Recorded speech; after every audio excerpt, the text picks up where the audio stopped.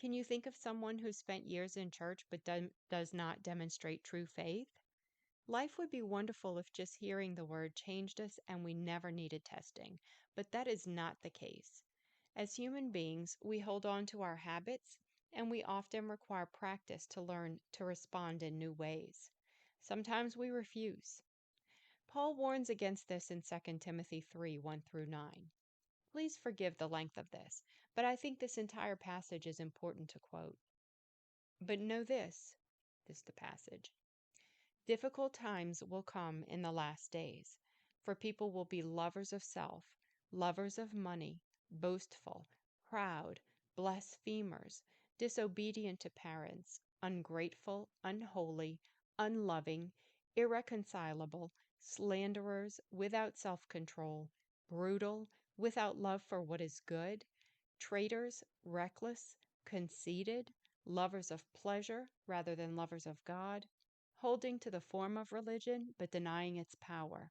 Avoid these people, for among them are those who worm their way into the households and capture idle women burdened down by sins, led along by a variety of passions, always learning and never able to come to a knowledge of the truth.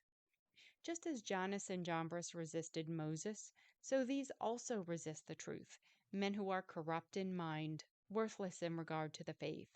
But they will not make further progress, for their lack of understanding will be clear to all, as theirs was also. So look at what Paul says about these people: holding to a form of religion but denying its power, always learning and never able to come to a knowledge of truth. These resist the truth, and they will not make further progress. Paul's talking about churchgoers. Why will they not make further progress? They resist the truth. We know they hear it because Paul says they're always learning. They may even actively study, but they deny its power.